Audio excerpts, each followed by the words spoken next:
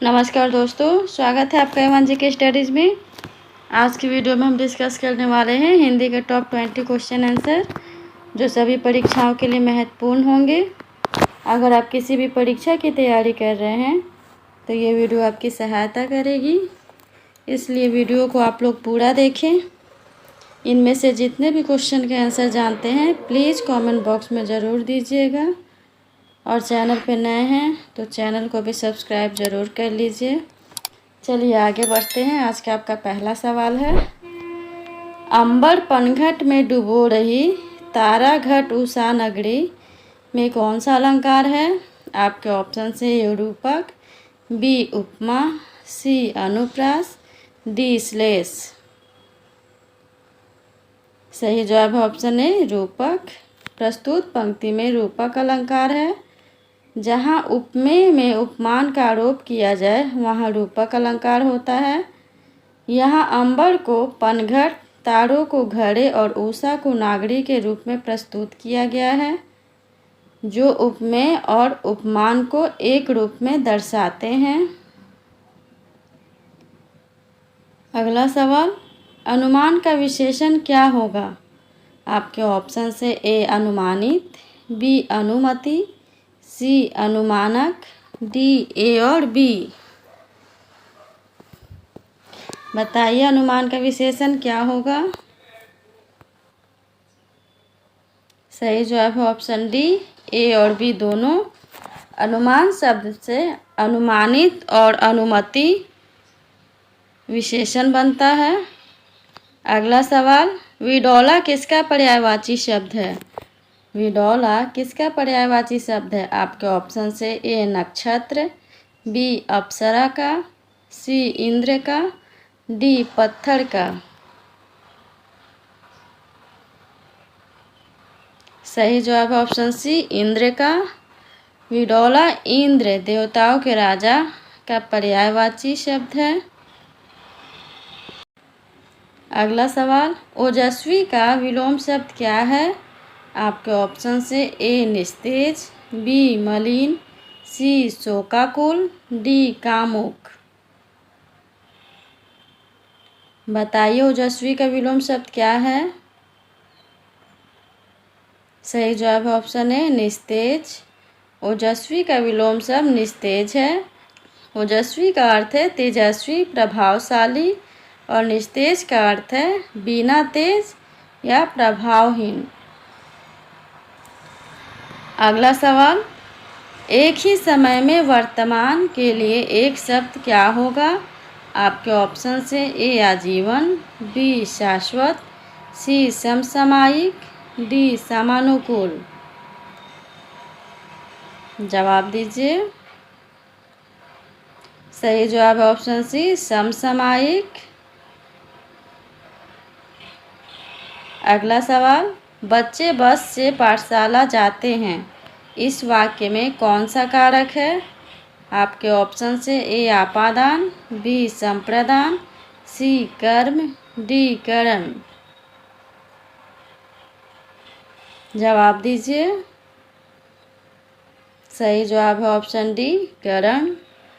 करण कारक का प्रयोग उस शब्द या क्रिया के लिए किया जाता है जिसका अर्थ से या द्वारा के माध्यम से किया जाता है। इस वाक्य में बस से का अर्थ है बस के माध्यम से या बस से, इसलिए यह करण कारक को दर्शाता है। अगला सवाल, इलायची बांटना मुहावरे का क्या अर्थ है? आपके ऑप्शन से ए धोखा देना, बी दावत देना, सी प्रभावित करना, डी अपर्याप्त वस्तु होना। जवाब दीजिए। सही जवाब है ऑप्शन बी दावत देना। इलायची बांटना मुहावरे का अर्थ है किसी को दावत देना या सबको खाने पर बुलाना। अगला सवाल है, गाजीपुर में बोले जाने वाली प्रमुख बोली है? आपके ऑप्शन से ए अवधी, बी भोजपुरी, सी खड़ी बोली, डी बघेली। जवाब दीजिए। सही जवाब है ऑप्शन बी भोजपुरी। गाजीपुर जिले में मुख्य रूप से बोली जाने वाली भाषा भोजपुरी है। अगला सवाल, रौद्र रस का स्थायी भाव क्या है? रौद्र रस का स्थायी भाव क्या है? आपके ऑप्शन से ए उत्साह, बी विस्मय, सी क्रोध, डी भय।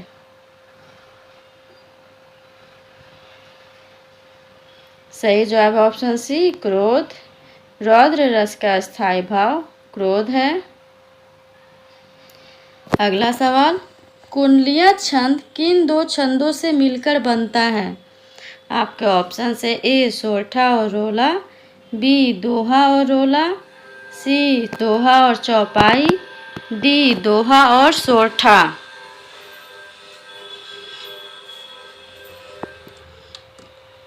जवाब दीजिए।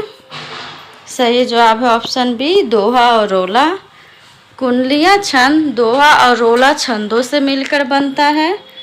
पहले 2 चरण दोहा से और शेष 4 चरण रोला से होते हैं। अगला सवाल, कौन सा व्यंजन स्पर्श संघर्षी है? आपके ऑप्शन से ए त, बी च, सी स, डी ह। जवाब दीजिए। सही जवाब है ऑप्शन बी च। स्पर्श संघर्षी व्यंजन वह व्यंजन होते हैं जिनका उच्चारण करते समय स्पर्श का समय अधिक होता है और उसके बाद संघर्षी ध्वनि उत्पन्न होती है। हिंदी में च वर्ग के प्रथम 4 व्यंजन च, छ, ज, झ स्पर्श संघर्षी हैं। अगला सवाल, अत्यधिक में कौन सी संधि है? आपके ऑप्शन से ए यण, बी आयादि, सी गुण, डी वृद्धि। बताइए अत्यधिक में कौन सी संधि है? सही जवाब है ऑप्शन ए यण संधि। अत्यधिक शब्द में यण संधि है। इसका संधि विच्छेद अति धन अधिक होता है। यण संधि एक प्रकार की स्वर संधि है जिसमें छोटी ई, छोटी ऊ, बड़ी ऊ या री के बाद कोई दूसरा स्वर आने पर वे क्रमशः य, व या र में बदल जाते हैं। अगला सवाल, पथभ्रष्ट में कौन सा समास है? पथभ्रष्ट में कौन सा समास है? आपके ऑप्शन से ए अव्ययी भाव, बी द्वंद्व, सी तत्पुरुष, डी कर्मधारय। बताइए पथभ्रष्ट में कौन सा समास है? सही जवाब है ऑप्शन सी तत्पुरुष। पथभ्रष्ट शब्द में तत्पुरुष समास है। इसका विग्रह होता है पथ से भ्रष्ट। पथ भ्रष्ट में पथ का संबंध भ्रष्ट से है जहाँ से कारक चिन्ह का लोप हो गया है। आपादान तत्पुरुष समास में से कारक चिन्ह का लोप होता है। अगला सवाल, फूल का पर्यायवाची शब्द क्या है? आपके ऑप्शन से ए मुकुल, बी निकुंज, सी तुषार, डी प्रसून। बताइए फूल का पर्यायवाची क्या है? सही जवाब है ऑप्शन डी प्रसून। फूल का पर्यायवाची शब्द प्रसून है। अगला सवाल, निम्न में से संयुक्त वाक्य कौन सा है?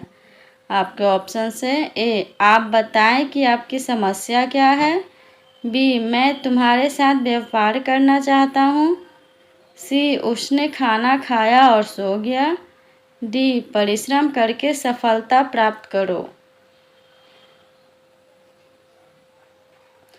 जवाब दीजिए। सही जवाब है ऑप्शन सी उसने खाना खाया और सो गया। संयुक्त वाक्य में उपवाक्य किसी संयोजक अव्यय जैसे और, लेकिन या बल्कि, तो, अतः, इसलिए से जुड़े होते हैं जो इन वाक्यों के बीच संबंध स्थापित करते हैं। अगला सवाल, वलय शब्द का अर्थ क्या होता है? वलय शब्द का अर्थ क्या होता है? आपके ऑप्शन से ए मृग की छाल, बी गोलाकार घेरा, सी मृग छाल, डी आवरण। जवाब दीजिए।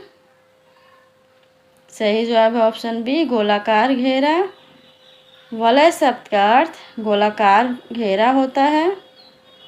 अगला सवाल, खिली हुई हवा आई फिरकी सी आई चल गई, पंक्ति में कौन सा अलंकार है? आपके ऑप्शन से ए उत्प्रेक्षा, बी उपमा, सी अनुप्रास, डी संभावना। सही जवाब है ऑप्शन बी उपमा। खिली हुई हवा आई फिरकी से आई चल गई, पंक्ति में उपमा अलंकार है। जब एक वस्तु की तुलना दूसरे वस्तु से की जाए तो उसे उपमा अलंकार कहा जाता है। अगला सवाल, खड़ी बोली का प्रथम महाकाव्य कौन सा है? आपके ऑप्शन से ए कामायनी, बी प्रिय प्रवास, सी साकेत, डी नीरजा। बताइए खड़ी बोली का प्रथम महाकाव्य कौन सा है? सही जवाब है ऑप्शन बी प्रिय प्रवास। खड़ी बोली का प्रथम महाकाव्य प्रिय प्रवास है, जिसकी रचना अयोध्या सिंह उपाध्याय हरिऔध ने की थी।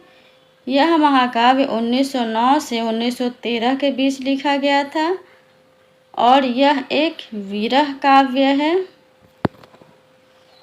चलिए आगे बढ़ते हैं। अगला सवाल, जूही की कली कविता के कवि कौन हैं? आपके ऑप्शन से ए निराला, बी जयशंकर प्रसाद, सी महादेवी वर्मा, डी पंत। बताइए जूही की कली के कविता के कवि कौन हैं? सही जवाब है ऑप्शन ए निराला। जूही की कली कविता के कवि सूर्यकांत त्रिपाठी निराला हैं। यह कविता निराला के छायावादी काव्य की एक महत्वपूर्ण रचना है, जिसमें जूही की कली और पवन का मानवीकरण किया गया है। चलिए आगे बढ़ते हैं। अगला सवाल, कौन सी पुस्तक प्रेमचंद द्वारा नहीं लिखी गई है? आपके ऑप्शन से ए कायाकल्प, बी रंगभूमि, सी कर्मभूमि, डी ध्रुव स्वामिनी।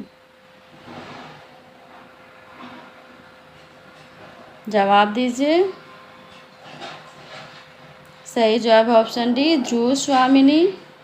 ध्रुव स्वामिनी जयशंकर प्रसाद द्वारा लिखित एक प्रसिद्ध नाटक है, प्रेमचंद द्वारा नहीं। कायाकल्प, रंगभूमि और कर्मभूमि ये तीनों उपन्यास प्रेमचंद द्वारा लिखे गए हैं। आज के लिए इतना ही। अगर वीडियो अच्छा लगा हो तो वीडियो को लाइक और चैनल पर नए हैं तो चैनल को सब्सक्राइब ज़रूर कर लीजिए। धन्यवाद।